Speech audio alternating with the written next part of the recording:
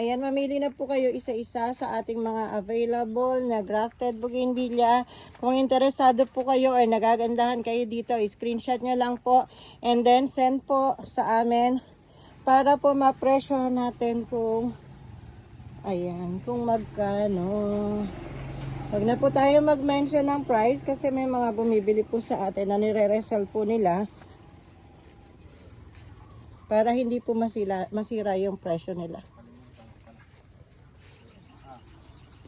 Ayan, merong malaguna, merong hindi. So, mamili na lang po kayo kung alin yung magugustuhan nyo.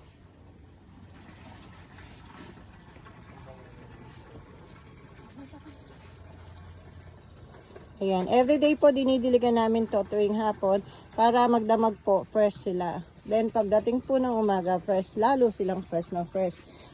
Ayan. May stress lang sila kapag sobrang mainit na ang araw. Then pagdating ulit ng hapon, didiligan ulit sila. So yung time nila ng pagiging stress ay medyo limitado.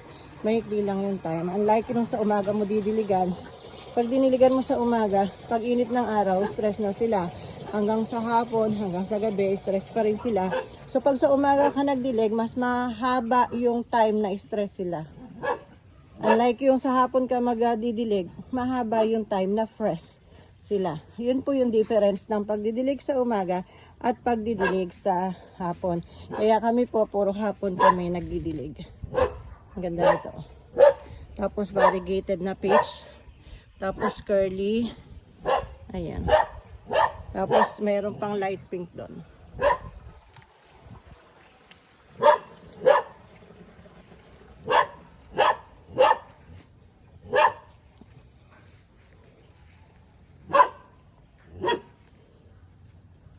Ayan, iba't ibang klase po yung paso. Depende sa kung ano yung magugustuhan nyo. Then, iba-iba rin pong kulay or combination yung itsura nila.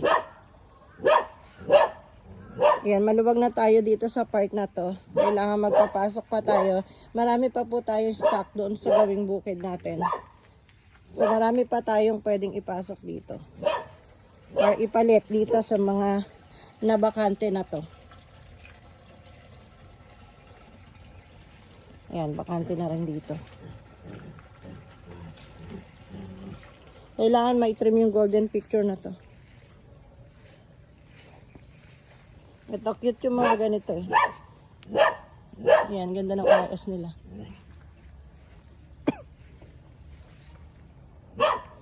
Ito pa isang cute. Teka. Ayan. O, ganda po ng RSO. Tapos maganda yung mga variety na masisipag mamulaklak.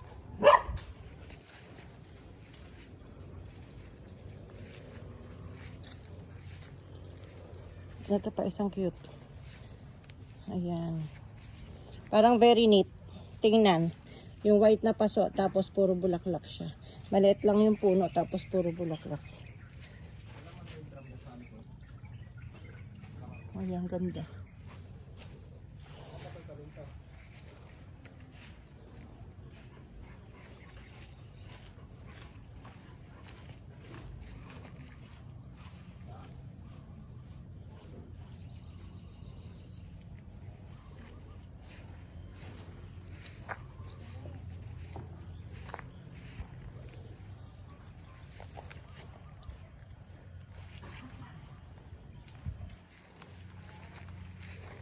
Ang cute. Ang cute ng kulay nito. Dati ko na-flex to eh. Ano nung pinlex ko yan ay hindi nadidiligan. Matamlay. Pagka pala bagong dilig, buhay na buhay siya. Buhay na buhay yung kulay. Yan, bakit parang malabo yung camera ko? Parang cloudy.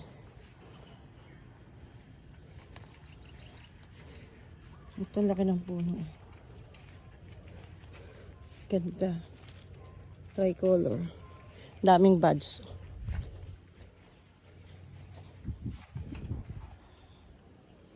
Yan. Ito naman hindi ko tinrim. Flame red. Ito yung red na red. Ang haba na ng buhok niya.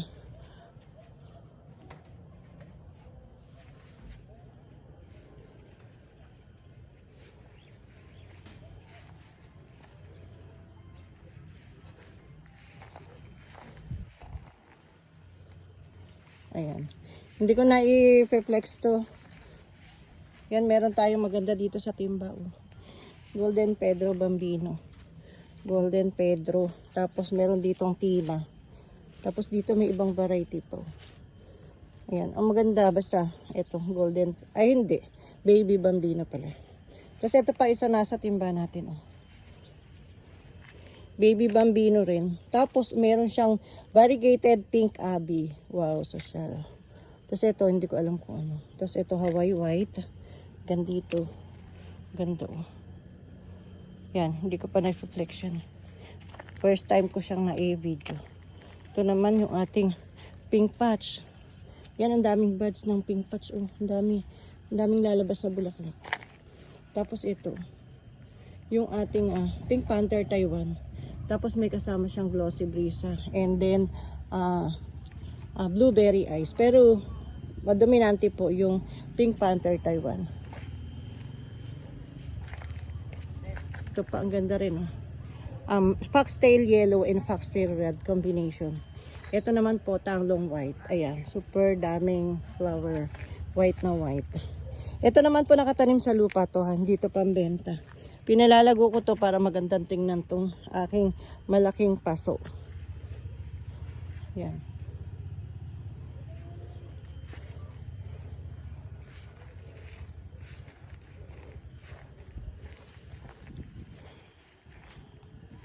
Ito hindi makitang mabuti. Ba't ganun?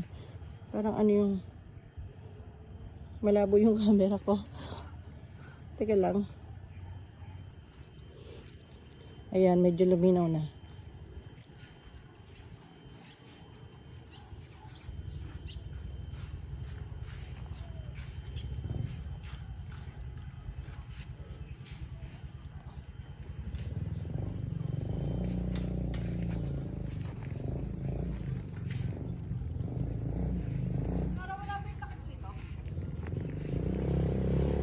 Ayan. Meron din namang hindi magaganda sa grafted natin. Hindi naman lahat ay maganda.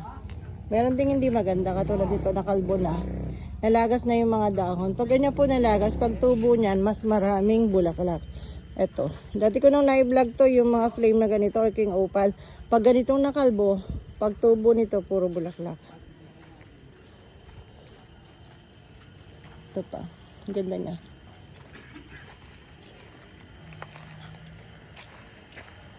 Ayan pa, dominante si blueberry.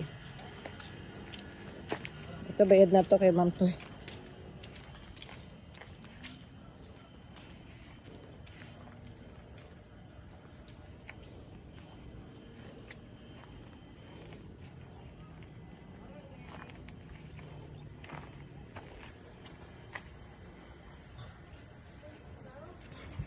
Ang ganda ng kulay. Ang ganda ng kulay talaga nitong si Moonlight Jewels. Ayan, ito pa isang maganda ng kulay. Maganda kulay. Ayan, sa mga namimili pa ng ating grafted bougainvillea, panoorin nyo po ito. Baka sakaling may mapili pa kayo dito. Gagawin ako sa gawi doon. Ikutan natin lahat. Ito pa rin yung mataas natin. Yan, di pa naayos yung pintura ng paso dahil nabibisi ating mga kasama pack deliver. Ito po meron ng may-ari nito. Huwag nyo na imamain. Hindi makapagpapintura. Hindi makapagpintura. Ayan, ito available pa rin. And then ito available pa rin. Ayan, mga available pa lahat yan. Tuturo ko naman po sa inyo kapag meron ng may-ari. Ito hindi ko sure kung Baby Bambino lahat eh. Parang hindi. Parang Tanglong Moonlight yung iba. Hindi ko sure. Kaya hindi ko po muna siya masyadong minamarket. Ito si Golden Pedro Bambino. Nalagas na yung flower niya. Pero tingnan nyo, ayan o. Dami pang buds. Dami pang lumalabas. Daming lumalabas na buds niya o. Ayan. Ang dami.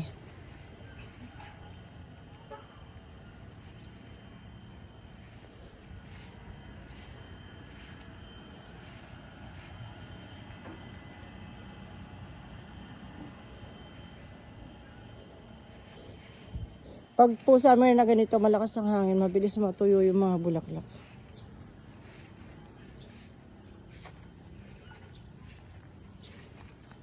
Kaya kailangan wag ka mag-i-skip ng dilig pagka ganitong panahon. Mainit yung panahon, tapos malakas yung hangin.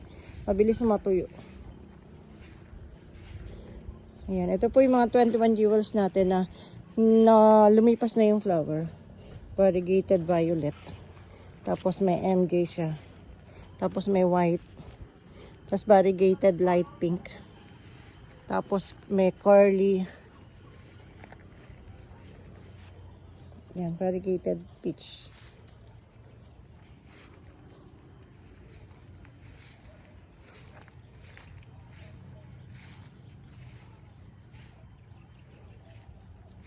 Yan, ito yung mga tinrim natin para makalago.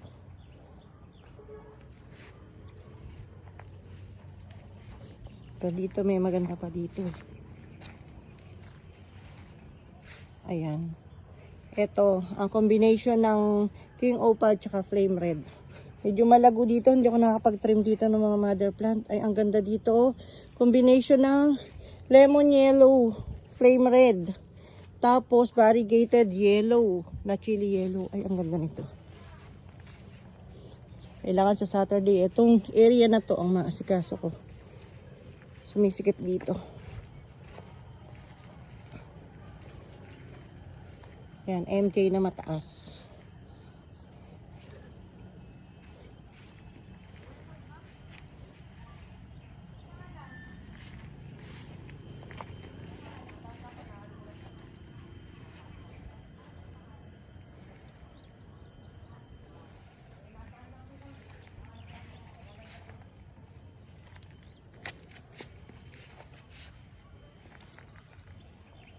Ayan, Pink Panther po.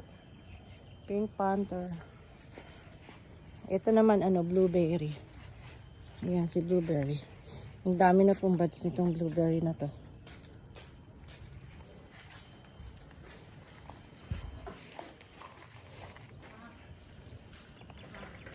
Oh. Okay. Ayan. Ano to? Golden Pedro pa rin. Thanks for watching po.